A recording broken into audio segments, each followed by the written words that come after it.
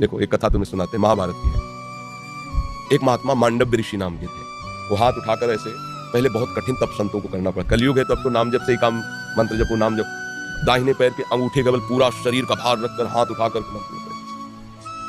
उसी राज्य में कुछ चोरों ने राजा के यहाँ चोरी की, राज कर्मचारियों ने पीछा किया, उनके आश्रम में गए और आश्रम में छुप गए, इस भाव से कि महात्मा के आश्रम को देखते ही राज कर्मचारी वापस चले जाएंगे कि यहाँ कैसे चोर छुपे हो।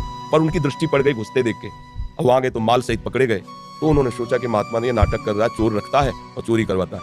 तो उसी अवस्था में मांडव्य ऋषि को भी ले गए और राजा के सामने पेश किया कि समस्त चोरों को पकड़ लाए तो उनका शूली की सजा दे दो। शूली की सजा बड़ी भयानक होती थी। एक भाले जैसे यंत्र में ऊपर से सीढ़ियों से ले जाकर उसे छोड़ा जाता था, गुदा द्वार से वो जितना घुस जाए भाले जैसा, अब उसे में टंगा है।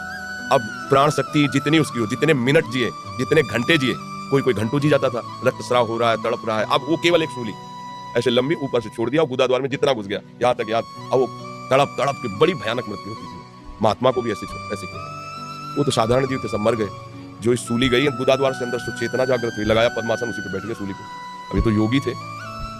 अब वहां वधशाला में तब जाया जाता है जब दूसरा कोई राजा है, तो 2-4 रोज तो हो ही जाते थे अपराधी, तो दूसरे दिन उतारने गए तो वो तो सब मरे थे और ये पद्मासन में बैठे थे। भाग के गए राजा से, बताया, राजा ने कहा ये तो बड़ा अपराध बन गया, कोई ऋषि आ गया। उन्हें भी क्यों नहीं बताया ऋषि। अब आगे गौ करके ब्राह्मण करके मर्यादा थी कि गौ ब्राह्मण सामने है तो दया कर देते थे ऋषि जन, फिर साप नहीं देते थे। पहले बड़ा पावर मंत्रों का होता था।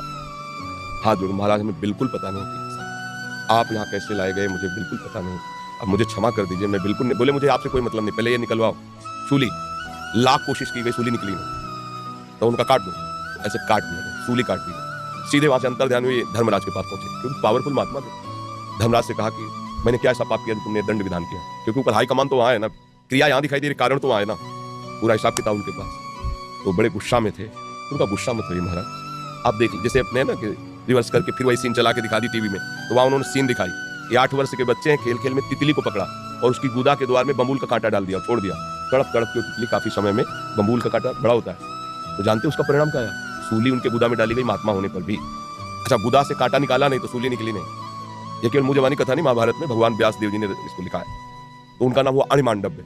तब उन्होंने कहा कि हम नया नियम बनाते हैं, 14 वर्ष तक के बालक के पहले के अपराध जो है वो नहीं माने जाएंगे, वो मैं क्षमा करने का विधान बनाता हूँ। और तुम मुझे बालक को इतना बड़ा दंड दिया उस खिलवाड़ का, इसलिए तुम मृत्यु लोक में जाओ, 100 वर्ष के लिए मैं तुम्हें साथ देता हूँ। तो वही विदुर जी के रूप में आए, साक्षात धर्मराज। अंश से युधिष्ठिर है लेकिन साक्षात धर्मराज विदुर जी के रूप में आए।